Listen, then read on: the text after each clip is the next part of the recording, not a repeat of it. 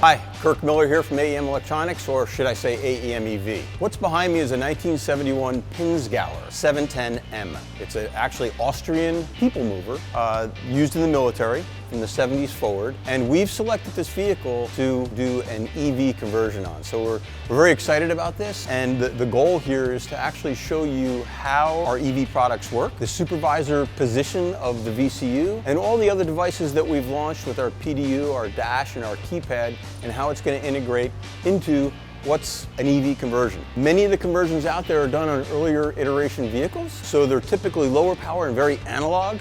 We're going to bring the digital and the EV to this, and I'm just going to sort of walk through this vehicle and give you some of the reasons why we chose this, and then how our products are actually going to integrate. Really excited about it. So check this out.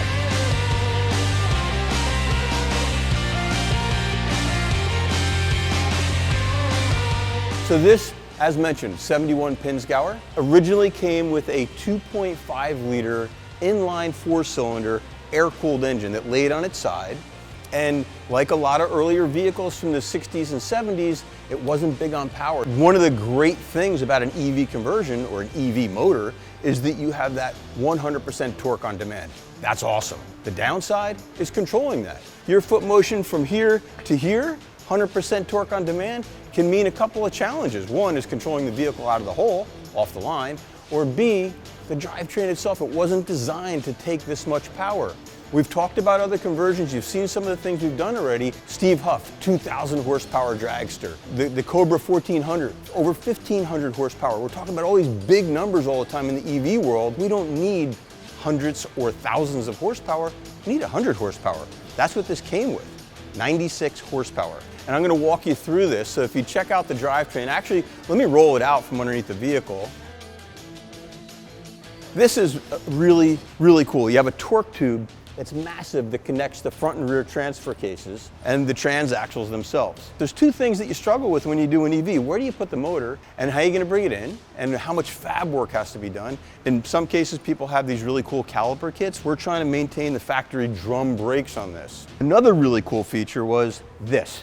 So the engine sat here and it laid on its side. So the cylinder head sat underneath the driver's feet, the crankshaft underneath the passenger seat, the transmission right behind that, into a drive shaft, this little transfer that runs into the drivetrain. This is your high and low range right here. This is perfect. What's going to sit right here is a motor with a step down. So the electric motor will sit right in here. We've got a factory bracket. The amount of fabrication required, because you have factory motor mounts right here, that will bracket up to accommodate the motor in this case, so it'll fit right under the factory location where the transmission and engine sat. And then the OEM drive shaft into the transfer case will be coupled up right behind that. You're not fabricating or engineering a lot of brackets and parts. This vehicle is going to demonstrate our products and how they work and how the VCU is the overall supervisor over the powertrain, right? But we're also going to use it for events, and it's a pretty big and pretty heavy vehicle. So some of the concerns are with battery packs. So we have belly pans and we have the floor of the transfer where we can put all this and distribute the weight really nicely. But even at that, if we're out at an overlander event or a Honda day or wherever, we will have a long journey with this. So one of the things we don't want to worry about is range anxiety. I might get some sticks thrown at me for this, but what we're going to do is we actually have a 4 kilowatt generator that's carb exempt that will sit right where the factory engine sat. We're going to use the factory fuel tank to feed it. So you have a carb exempt generator that will watch the VCU, and our BMS will be looking at the battery conditions all the time, and if the batteries fall below a certain threshold while in use or while just sitting and have other devices running, showing off the vehicle, the generator can actually kick on automatically and start trickle charging back up the battery packs. It's a really cool feature, and we're only doing this again to show how flexible the VCU is. So it's not really a hybrid, but it does have what we'll call as a range extender, or for me, it just takes range anxiety out of the equation. It's a fun project.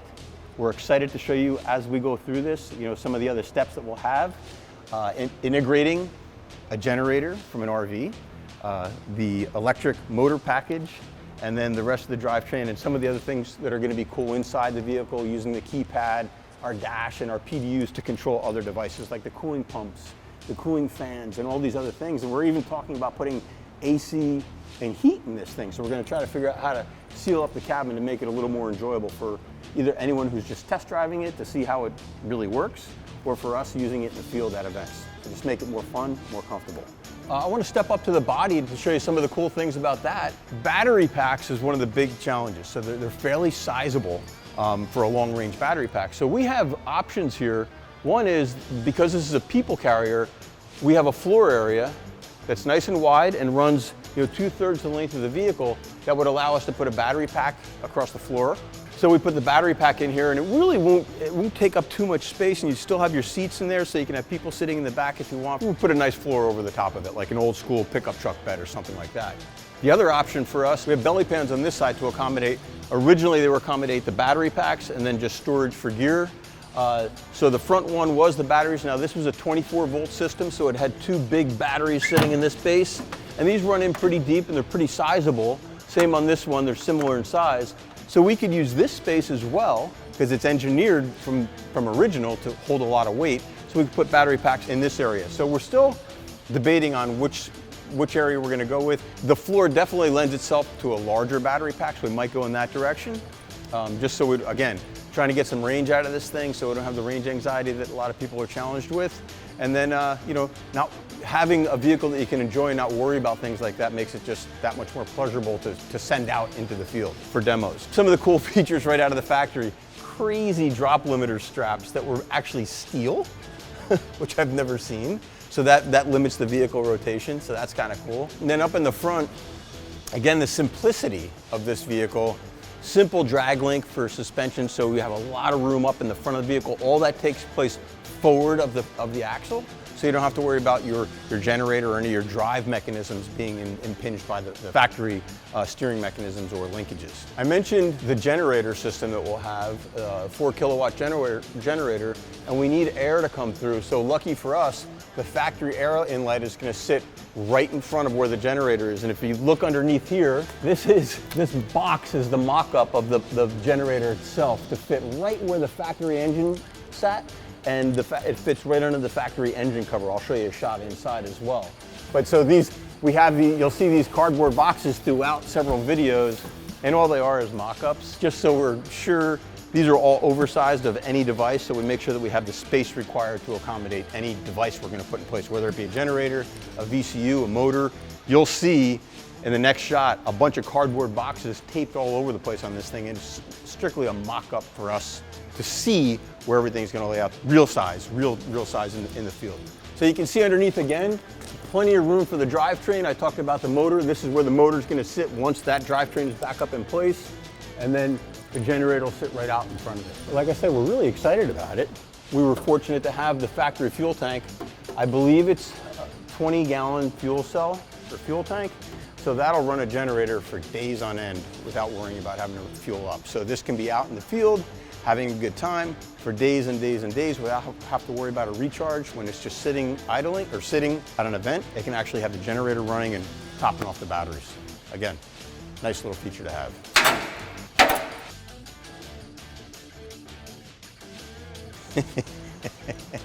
The interior is somewhat sparse right now. The seats are in the back. We've removed a lot of the parts inside. You can see the big engine cover that sits between the driver and the passenger.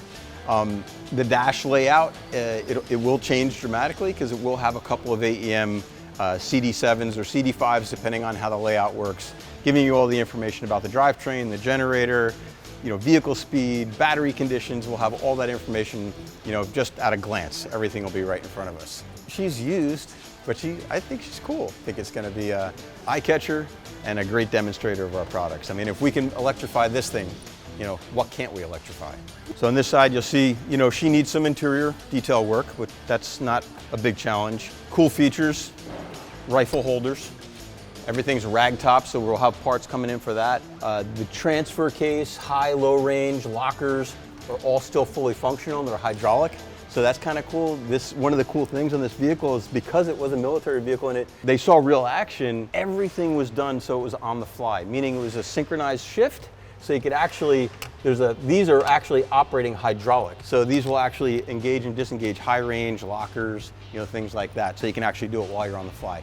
Pretty cool feature set for a vehicle from 1971. That's sort of the overview of where we are right now with this vehicle. As mentioned, several times throughout this, we're really excited about this and have you along to see how we progress with this. Hopefully, in the not too distant future. The goal is to be November rolling with this. We'll be rolling around before Thanksgiving. So should be a fun ride.